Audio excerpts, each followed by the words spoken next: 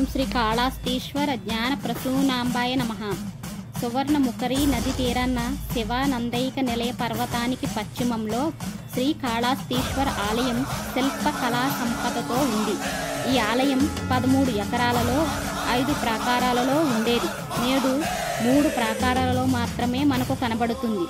ఈ ఆలయానికి ఉత్తర దిశలో సువర్ణముఖి నది ఉంది. దక్షిణాభిముఖంగా ఆలయ ముఖద్వారం ఉంటుంది. పశ్చిమాభిముఖంగా వాయులింగం, తూర్పు దిక్కుగా జ్ఞాన ప్రసూనాంబ ఉండడం ఒక ప్రత్యేక లక్షణం. ఈ ఆలయానికి 4 దిక్కులా 4 మార్గాలున్నాయి. ఈ 4 మార్గాలు ధర్మార్థ కామ మోక్షాలకు ప్రతీకలు. ఈ ఆలయానికి ఉన్న 7 అంతస్తుల గోపురం సుమారు 10-15 కిలోమీటర్ల దూరంలో నుంచి కనబడుతుంది. ఈ గోపురాన్ని క్రీస్తు శకం 1516లో శ్రీకృష్ణదేవరాయలు నిర్మించారు. ఈ గోపురం ఎత్తు 139 అడుగు ఎత్తు ఉంటుంది. ఉత్సవమూర్తులను ఈ గోపురంలోంచి తీసుకుని వెళతారు. ఈ గోపురానికి ఆగ్నేయ దిశగా ఉన్న మరో గోపురం గుండా ఆలయంలోనికి ప్రవేశించాలి. దీన్ని భిక్షాల గోపురం అని పిలుస్తారు. 4 గోపురాలను క్రీస్తు శకం 12వ శతాబ్దంలో వీర నరసింహుడు అనే రాజు నిర్మించాడు. భిక్షా గోపురాన్ని ఒక భక్తురాలు భిక్షాటన చేసి నిర్మించిందని కొందరు చెబుతూ ఉంటారు. ఈ భిక్షా గోపురానికి కుడివైపున కాశీ విశ్వనాథ ఆలయం ఉంది. దానికి ముందుకి వెళితే మర్రి చెట్టు నీడన వీరభద్ర ఆలయం ఉంది. అక్కడి నుంచి ముందుకు వెళితే ఆలయానికి ఈశాన్య భాగంలో ఉన్న మొదటి గోపుర ద్వారం కనబడుతుంది. అక్కడి నుంచి కుడివైపున తిరిగితే వల్లీ దేవసేన సమేత సుబ్రహ్మణ్యేశ్వర స్వామి ఆలయం ఉంది. ఎడం వైపున శ్రీ బాల జ్ఞానాంబ ఆలయం ఉంది. ఆ ప్రదేశంలో పూర్వం అష్టదళ బిల్వ వృక్షాలు ఉండేవి. అక్కడి నుంచి పశ్చిమ దిశగా వెళితే కుడివైపున ఉత్తరాన దక్షిణముఖంగా ఉన్న శివయ్య గోపురం కనబడుతుంది. అటు తర్వాత మనకి పాతాళ విఘ్నేశ్వర ఆలయం ఉంది. ఇది ఆలయానికి వాయువ్య దిశలో 30 అడుగుల లోతులో ఉంది. పాతాళ వినాయక ఆలయం దాటి ముందుకు వెళితే గుర్రపు సాని మండపం, 2 కాళ్ల మండపం, అందులో గణేశుని విగ్రహం మనకు కనబడతాయి. అటు తర్వాత పశ్చిమ ప్రాకారం ఆనుకుని సదా విశ్వేశ్వర ఆలయం, నగరికి కుమార్న మండపం, అందులో విఘ్నేశ్వరుని ఆలయం, వీరభద్రుని ఆలయం, ఆ పక్కనే సాక్షి గణపతి విగ్రహం కనబడతాయి. ఈ వినాయకుడు భక్తులకు సాక్షిగా ఉంటాడు కనుక సాక్షి గణపతి అని పిలుస్తారు. ఈ మండపానికి ముందుగా అగ్ని మండపం ఉంది. ఇక్కడ కార్తీక పౌర్ణమి నాడు అగ్నికి అభిషేకం చేస్తారు. ఈ ఉత్సవాన్ని చుక్కాని అని పిలుస్తారు. ఈ మండపానికి ఎదురుగా నందీశ్వరుడు ఉంటాడు. ఈయన పరమశివుడిని దర్శిస్తూ ఉంటాడు. అటు తర్వాత నగరేశ్వరి మండపం ఉంది. ఇప్పుడు ఈ మండపంలో రాహుకేతులు పూజలు చేస్తున్నారు. పూర్వం ఈ మండపంలో అమ్మవారికి అయ్యవారికి పూలమాలలు కడుతూ ఉండేవారు. ఈ మండపం దాటి వెళితే తిరుమండన గోపురం కనబడుతుంది. దీన్ని భరద్వాజ గోపురం అని, అగస్త్య గోపురం అని పిలుస్తారు. ఈ గోపురంలోంచి వెళితే సువర్ణముఖి నది దగ్గరికి వెళ్ళవచ్చు. ఈ గోపురానికి దక్షిణ వైపు అగస్త్యముని విగ్రహం ఉంది. అగస్త్యుడు తపస్సు చేసి సువర్ణముఖరి నదిని ప్రవహించ చేయడానికి తపస్సు చేయగా పరమశివుడు ఇక్కడ ప్రత్యక్షమయ్యాడు. ఇక్కడి నుండి దిగి ఎడమవైపుకు వెళితే సూర్య పుష్కరిణి, ఆ పక్కనే సూర్య దేవాలయం ఉన్నాయి.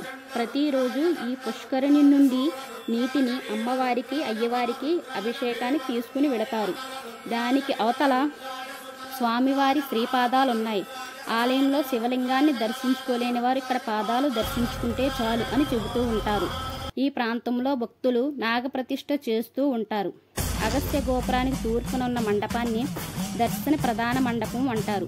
శివరాత్రి నాడు స్వామివారు అగస్త్యునికి దర్శనం కలిగించి వెళుతూ ఉంటారు. ఈ గోపురాన్ని దాటి వెళితే పంచసంధి వినాయక ఆలయం ఉంది. పూర్వం ఈ ఆలయంలో గ్రామంలోని తగులు పరిష్కారం చేస్తూ ఉండేవారట. ఈ వినాయకుడిని అంజి అని తమిళ భక్తులు పిలుస్తారు. ఈ ఆలయానికి పక్కనే రాయల మండపం, 3 కాళ్ల మండపం ఉన్నాయి. ఈ మండపాన్ని శ్రీకృష్ణదేవరాయలు నిర్మించారని చెబుతారు.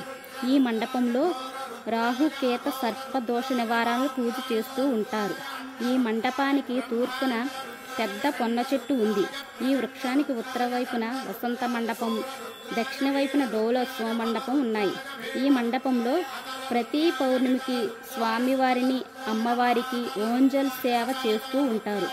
ఈ ఉత్సవ మండపానికి నైరుతి భాగంలో కార్యాలయ గదులు ఉన్నాయి. అక్కడి నుంచి దక్షిణంగా వెళితే శ్రీకాళహస్తీశ్వర ఆలయానికి దక్షిణ ద్వారం ఉంది. ఇదే ప్రధాన ద్వారం. ఆలయ లోపల దక్షిణాభిముఖంగా దక్షిణమూర్తికి ఆలయ మహాద్వారంలో ధ్వజస్తంభాలతో పాటుగా అభిముఖంగా ఉన్న గోపురం ఇదే. ఈ గోపురాన్ని 11వ శతాబ్దంలో కులోత్తుంగ చోళుడు నిర్మించాడు. ఈ గోపురానికి ప్రక్కన అక్కన్న మాదన్న ప్రతిష్ఠించిన శివలింగాలు, కాళికాలయం ఉన్నాయి. అక్కడి నుంచి లోపలికి వస్తే నిత్యాన్నదాన మండపం, ప్రసాద విక్రయశాలలు ఉన్నాయి. అటు తర్వాత ఆలయ ప్రధాన ముఖద్వారం, నందీశ్వరుడు, బలిపీఠం, దారు ఏకశిలా ధ్వజస్తంభాలు ఉన్నాయి. ఈ ధ్వజస్తంభం ఏకశిలా నిర్మితమైంది. ఈ ధ్వజస్తంభం మీద చిన్న నంది ఉంటుంది. ఇటువంటి ధ్వజస్తంభం భారతదేశంలో మరెక్కడా లేదు. ఈ ధ్వజస్తంభానికి పశ్చిమంగా అచ్యుతరాయ మండపం ఉంది. దీన్ని 16వ శతాబ్దంలో అచ్యుతరాయలు నిర్మించారు. ఇక్కడే అచ్యుతరాయలకి పట్టాభిషేకం జరిగింది. అక్కడ నుంచి ప్రధాన ఆలయానికి ముఖద్వారం గుండా 2 కంచు గడపలను దాటి లోపలికి వెళ్ళాలి. రోమసు మహర్షి ఈ గడపల మధ్య భాగంలో కైవల్య ప్రాప్తిని పొందాడట. అందువల్ల ఈ గడపను తప్పకుండా లోపలికి వెళ్ళాలి. ఆలయంలోకి ప్రవేశించగానే దక్షిణాభిముఖుడైన దక్షిణామూర్తి ఉంటాడు. ద్వైత అద్వైత సిద్ధాంతాల గూర్చి సుఖ సనత్కుమారులు వాదిస్తూ ఉంటే శ్రీకాళహస్తీశ్వరుడు దక్షిణామూర్తిగా ప్రత్యక్షమై అద్వైత సిద్ధాంతాన్ని ప్రబోధించాడు. అందువలన ఈ క్షేత్రాన్ని జ్ఞానక్షేత్రం అంటారు. కాలభైరవుడు ఈ క్షేత్ర పాలకుడు. శివ దర్శనానికి వచ్చిన వారు కాలభైరవుని అనుమతి తీసుకుని ఆలయంలోకి ప్రవేశించాలి.